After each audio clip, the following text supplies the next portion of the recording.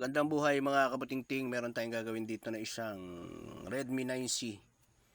Ang problema niya yung kanyang LCD. Minsan ayaw siyang mag-touch. May basag na, mga basag na rin kasi. Ayan o. Ayan o. Ayaw siya mag-touch. Pero minsan natsambahan.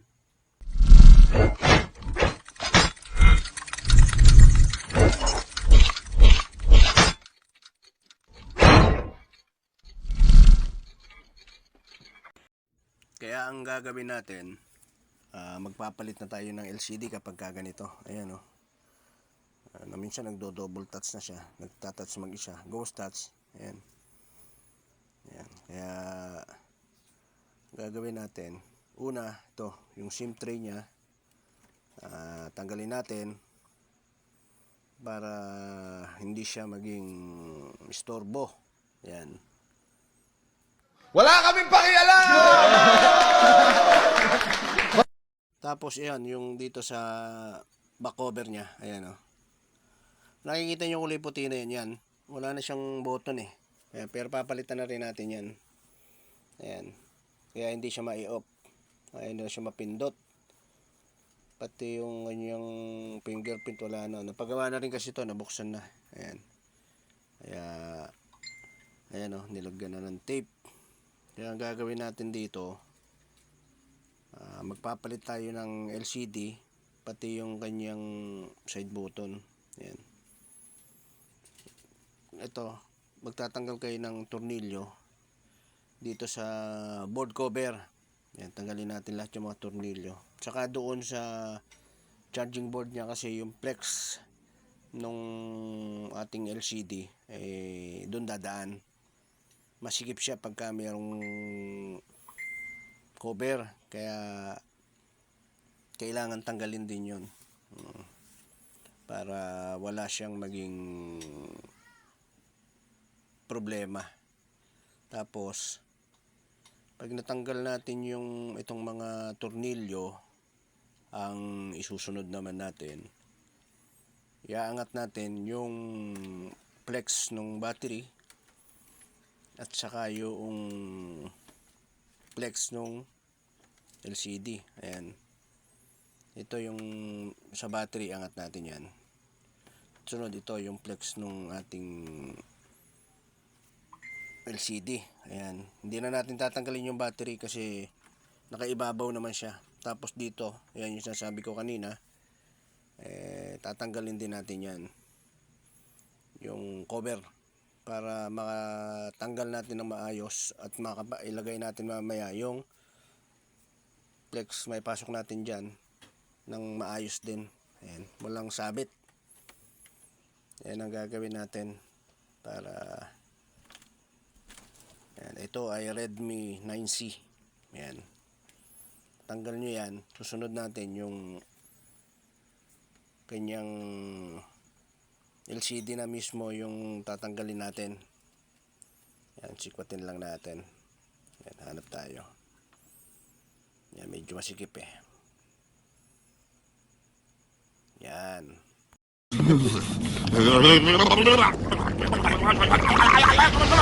What did you say, nigga? Ayan, tatanggalin natin. Ayan, tanggal na rin yung kanyang board. Magalaw. Ayan. Bali, sikwatin natin. Papalitan naman na natin eh. Para, ayan. Manipis na curve yung gamit natin. Para maiangat natin yung ating LCD. Ayan. Ayan, medyo madami siguro ang dikit yung nailagay. Ayan. Magpapalit naman na tayo ng LCD kaya okay lang. Ayan o.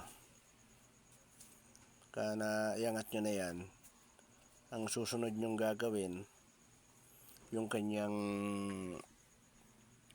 middle frame, tuturo ko sa inyo mamaya. Yun naman ang lilinisin natin para kapag inilapat natin yung ating bagong LCD, yan, hindi siya nakabukol, hindi siya nakaumbok. Malinis yan kailangan. Ayan oh. Ayan. Meron siyang flex dito sa pinaka charging board niya. Ayan, angat nyo yan para patanggal nyo yung kanya LCD. Ito. Ayan o. Yun, grabing dikit. Ito, yung tinuturo ko yan. Yung middle frame na yan. Kailangan malinis yan. Ayan. Titingnan ko lang speaker cover niya kung okay pa. Ngayon, ito, paikot na yan. Kailangan matanggal nyo lahat yung mga naiwang adhesive. Kasi maaring makita yung backlight natin pagka nakabukol yung ating LCD. Yan. Para pagka nilagyan natin ng bagong adhesive, walang maging problema. Lapat na lapat yung ating bagong LCD na ilalagay. Yan, madali lang linisin yan. Ganyan, no? Pwede mo yung kamayin. Tapos pagka nalinis nyo na siya ng paikot, ang isusunod nyo naman yung kanyang brabrasin nyo siya. Yan, paikot din para yung may naiwang maliliit na adhesive, parang pinakaalikabok niya matanggal. Yan. Para walang maging problema yung ating LCD. Yan, ganyan.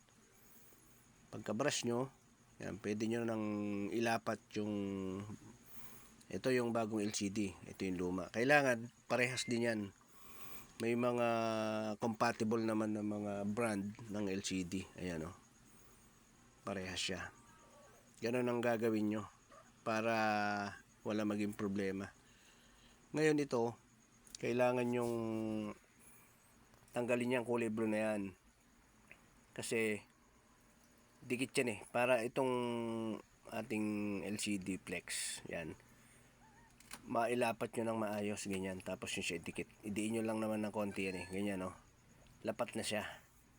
Madali lang yan. Makikita nyo naman dun pagka nagpalit kayo ng LCD. Ayan, check nyo lang mabuti para maayos.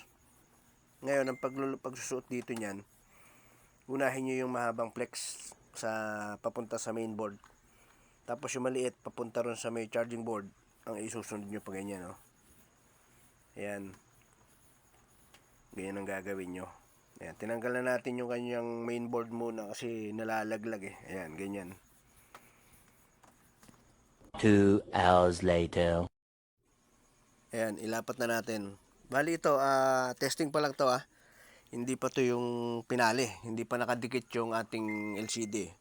Tetestingin lang natin siya para makita natin at maipakita ko rin kung paano yung pagtitest ng bagong LCD. Ayan, isisindi nyo siya na ganyan. Tapos, pagka naisindi nyo at nag-open, lumabas na yung mga application niya. Yung mga apps. Ayan, open na siya Hintayin lang natin saglit at ituturo ko sa inyo kung paano yung dapat yung gawin para ang tamang proseso pag kayo magpapalit ng bagong LCD. Ngayon, habang inaantay natin, ayan nag-open na siya. Naglo-loading. Ayan. Ayun, lumabas na yung mga application. Ayan. Ngayon, ang gagawin nyo ganito. Kumuha kayo ng isang application. Ayan, pumindot kayo ng isa. Ayan. Mamili kayo. Tapos, igalaw nyo siya ng paikot. Ayan pababa, pataas, pakaliwa, pakanan. Ayan. Kailangan lahat siyang gumagalaw. Yan yung good na LCD. Yan. Ayan pag ganyan. Para ma-check nyo kung nagpa-function ng maayos yung ipapalit nyo LCD. Ayan. Kausapin nyo rin yung binilan nyo na LCD na pagka mayroong depekto, ipapalit nyo. Ayan Ngayon, off natin siya. Ayan, volume niya. Yung power. Off natin siya. Ito, ipipinali na natin. Ipipix na natin siya. Ayan. Kaya kailangan patayin na natin. Off muna natin. Tapos tanggalin natin yung flex ulit nung battery. tapos yung flex ng LCD. Ayan. At talagyan na natin siya ng adhesive. Ayan. Ngayon, ayan o. Napalitan na rin natin siya ng button. Hindi ko na lang din pinakita dyan. Pero highlights kasi yun yung LCD. Pagka ganyang kan. Ayan. Dito ngayon, nang simula ng pagdidikit, paikot yan. Ayan. Meron naman siyang pinaka-guide sa gilid. Pinaka-kanal niya para doon maglagay ng adhesive. Pag nyo lalagay niya ang buong middle frame ha. Kung may nakipapanood kayo ng mga naglalagay ng mga technician na gano'n, hindi dapat gano'n. Diyan lang sa gilid. Siguraduhin nyo lang na mailapat nyo siya ng maayos para hindi makita yung backlight ng ating LCD at maging protection din siya para hindi siya pasukin ng dumi, hindi siya mabasa, hindi siya pasukin ng tubig kung sakasakali. Ayan, magiging protection niya. Kasi itong adhesive na ito mga kabutingting, pag natuyo yan, parang rubber. Ayan. Ayan, double check lang natin. Paikot yan. Kailangan, ayan, sa pagre-repair, kailangan matyaga ka eh. Hindi po pwede yung, bara-bara. Lalagyan na natin lahat yan. Ang gagawin naman natin ngayon, isusunod natin tong LCD. Ayan. Tapos ilalapat na natin para mabuo na natin yung ginagawa nating cellphone. Ngayon ang gagawin nyo, itulak nyo siya ng pataas, tapos pababa, pakaliwa sa kanan, para naman lumapat siya ng maayos. Tapos isusunod na natin, ayan, nilagyan natin siya ng tape kanina para gumagalaw yung mainboard niya. Tatanggal siya. Ayan. Ikabit natin yung flex ng LCD. Sa pagkakabit niyan mga kabutingting, kailangan laging una yung pag naikabit na yung LCD. Yan. Sunod, huling-huli yung battery. Pero sa una, pag magpapalit naman kayo ng LCD, una yung tatanggalin yung battery. Yan. Ngayon, sunod na natin yung cover ng ating charging board. Ayan. Tapos yung mga tornilyo, ilalagay na natin lahat yan. Ayun. Bali, ito na testing naman na natin eh. Pero pag naikabit na natin yung kanyang cover, board cover, saka yung yung kanyang cover sa charging board niya. Ayan, nailalagay natin yung mga tornilyo. Isusunod natin yung kanyang back cover. Ayan. Para matesting natin. Ma-on na natin at magamit na nung may-ari. Ayan. Ayan, ilapat nilang mabuti. Ayan, tutunog yan pagka di nyo na konti. Maglalak siya. Ayan. Check natin mabuti. Ayan, nasira na rin yung sa fingerprint niya. Pero kaya hindi na natin kakabit. Ayan, pero doon sa back cover, ilagay nyo rin siya kasi magkakaroon siya ng butas kapag hindi nyo nilagay yung mismong fingerprint niya. Yun lang kasi ito punit na eh, yung flex niya eh. Hindi na natin pinalitan. Okay lang daw, sabi nung may-ari eh. Ngayon kapag nailagay na yung lahat ng tornilyo, ilalagay nyo lahat yan. Kayo mag-iiwan ng bakante para walang maging problema. Ayan. Kabit natin. Ayan. Para mamaya pagka nabuo na natin to, i-on natin. Tapos lalagyan natin ng tape yung LCD kasi bagong dikit. Patutuyuin natin siya ng kalahating oras hanggang 1 oras. Pero pwede naman na siyang gamitin kahit na bagong dikit. Kaya lang pag may tape, sa gilid lang naman ang paglalagay ng tape para hindi siya maging istorbo. Ganyan. Ayan, check lang natin. Ngayon, nalagyan na natin lahat. Susunod natin tong cover niya. Ayan. Umpisahan nyo sa ibabaw. Ganyan. Tapos idiin nyo sa ilalim para mailapat nyo siya ng mabuti. Tutunog yan, mararamdaman nyo naman yan na kung may mga lock siya sa cover. Kaya hindi siya magiging nakaangat. Ngayon lalagyan nyo siya ng tape paikot sa gilid lang. Ayan, sindin na natin habang nilalagyan natin ng tape. Ayan o, pumukas na siya. Ayan. Dito, umpisahan nyo siya. Check nyo lang mabuti kung nakalapat talaga yung kanyang LCD. Tapos lagyan nyo siya sa gilid na ganyan. Ayan. Paikot din yan. Kalahating oras hanggang 1 oras nyo siyang patutuyuin para dikit na dikit yung ating bagong LCD. Ayan, ganyan lang.